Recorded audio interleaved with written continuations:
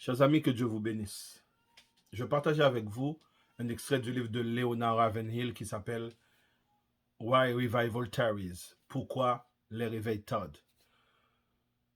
Ça m'a secoué quand j'ai fait cette lecture. J'espère que ça va vous secouer aussi. Et ça va faire le travail qui devait être fait. De prendre conscience, de prier plus, de chercher Dieu plus, d'aspirer beaucoup plus à ce réveil, de participer d'une façon ou d'une autre à ce réveil. Comme William Seymour l'a fait. Il n'était même pas encore baptisé du Saint-Esprit, mais il croyait tellement au baptême du Saint-Esprit, il commençait à prêcher ça jusqu'au jour où lui, il a reçu son baptême. Ne dis pas que toi, tu n'as pas encore reçu le baptême. Moi, je ne connais rien en matière de réveil, mais le réveil, c'est ce qui s'est passé dans la Pentecôte.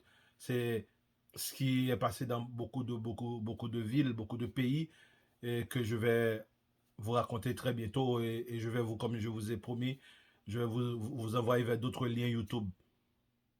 Des gens qui racontent ce qui s'est passé, qui parlent beaucoup sur les réveils. Et ça va vous encourager à vous approcher plus de Dieu, à vous préparer pour votre départ, à vous préparer pour le retour de Christ, à vous préparer pour participer à cette grande moisson que le Seigneur nous a appelée. Ce qui sème avec des larmes moissonnera avec allégresse. C'est tiré du psaume 126, verset 5. Il s'agit là d'un décret divin. C'est beaucoup plus que prêcher avec zèle. C'est plus qu'un savant exposé théologique. C'est plus que prêcher des sermons plus parfaits. Des sermons d'une parfaite exégétique et d'une parfaite homilétique. L'homme qui vit l'écriture ci-dessus est un homme scandalisé par l'autorité évanouissante de l'Église sur le théâtre présent du monde cruel.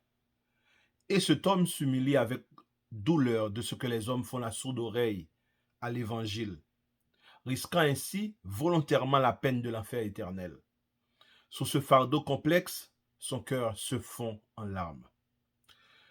Le véritable homme de Dieu a le cœur malade et plein de chagrin devant la mondalité de l'Église, profondément peiné devant l'aveuglement de l'Église, peiné devant la corruption dans l'Église, peiné devant le péché que tolère l'Église, peiné devant le manque de prière dans l'Église. Il s'inquiète de voir que la prière collective de l'Église ne renverse plus les forteresses du diable. Il s'inquiète de ce que les gens de l'Église ne pleurent plus désormais de désespoir devant une société malade à cause du péché et conduite par le diable. Pourquoi n'avons-nous pas pu chasser ce démon? Matthieu 17, verset 19. C'est les disciples qui ont demandé ça à Jésus. Beaucoup d'entre nous n'éprouvent pas dans leur cœur au point d'en être malades le désir de la première Église. Parce que nous n'avons jamais connu ce que c'est qu'un véritable réveil. Nous stagnons dans le statu quo et dormons tranquillement la nuit, alors que notre génération se dirige rapidement vers la nuit éternelle de l'enfer. Honte à nous, honte à nous. Jésus a chassé les changeurs de monnaie dans le temple, mais avant qu'il les chasse, il a pleuré sur eux. Il savait comme leur jugement était proche. L'apôtre Paul a envoyé une lettre remplie de larmes au sein de Philippe, écrivant « Je vous ai dit plusieurs fois déjà, et maintenant je vous le dis en pleurant, qu'ils sont des ennemis de la croix de Christ. » Philippiens 3, le verset 18. Remarquons qu'il ne dit pas qu'ils sont ennemis de Christ, mais plutôt qu'ils sont ennemis de la croix de Christ. Il nie ou diminue la valeur rédemptrice de la croix. Il y a beaucoup comme cela aujourd'hui. L'Église de Rome ne se présente pas comme un ennemi de Christ. Elle reste fermement attachée à son nom, à son saint nom. Pourtant, elle nie la croix en disant que la Sainte Vierge est co-rédemptrice. S'il en était ainsi, pourquoi donc ne fut-elle pas aussi crucifiée avec Christ? Les Mormons utilisent le nom de Christ et pourtant, ils s'égarent en ce qui concerne l'expiation. N'avons-nous pas de larmes pour eux? Devons-nous les voir face à face sans honte quand ils nous accuseront d'inertie au jour du jugement?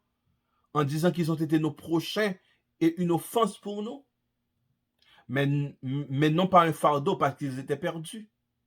Les gagnants d'âme peuvent rarement lire leur histoire évangélique enflammée sans larmes. La gloire du réveil évangélique avec Wesley n'a-t-elle jamais saisi le cœur des méthodistes de nos jours? Ont-ils lu les récits concernant les hommes baptisés de feu de l'équipe de Wesley? Des hommes tels que John Nelson, Thomas Walsh et une foule d'autres dont les noms sont écrits dans le livre de vie, des hommes persécutés et qu'on chassait à coups de pied dans les rues lorsqu'ils tenaient des réunions dans les rues. Cependant, comme leur sang coulait de leurs blessures, des larmes coulaient de leurs yeux. Le peuple s'est-il contenté de surveiller l'entrée des instituts de beauté de peur qu'une sœur n'y rentre pour se faire friser les cheveux, alors qu'à quelques pâtés de maison plus loin, il se trouve une quantité de prostituées essayant de vendre leur corps délabré par le péché, sans que personne ne leur parle de l'amour éternel? Les pentecôtistes ne regardent-ils pas en arrière avec honte lorsqu'ils se remémorent le temps où ils parcouraient leurs traces théologiques, mais avec la gloire de Dieu au milieu d'eux, où ils avaient une vie d'église normale, ce qui signifie avec des nuits de prière, suivies de signes et prodiges et de divers miracles, et de véritables dons du Saint-Esprit, où ils ne regardaient pas leur montre, et que leurs réunions duraient des heures entières, saturées de la sainte puissance. N'avons-nous donc aucune larme versée face à tous ces souvenirs, ou aucune honte en pensant que nos enfants ne connaissent rien d'une telle promesse, d'une telle puissance? D'autres dénominations ont eu leur glorieux jour de réveil. Pensez aux puissantes visitations chez les presbytériens en Corée.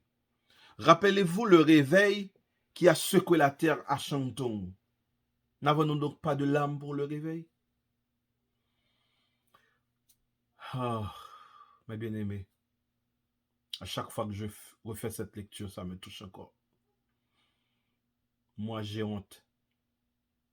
Et je continue à supplier Dieu pour qu'il fasse beaucoup plus en moi, pour qu'il m'utilise. N'avons-nous pas beaucoup de larmes? N'avons-nous plus de larmes? Que Dieu vous bénisse.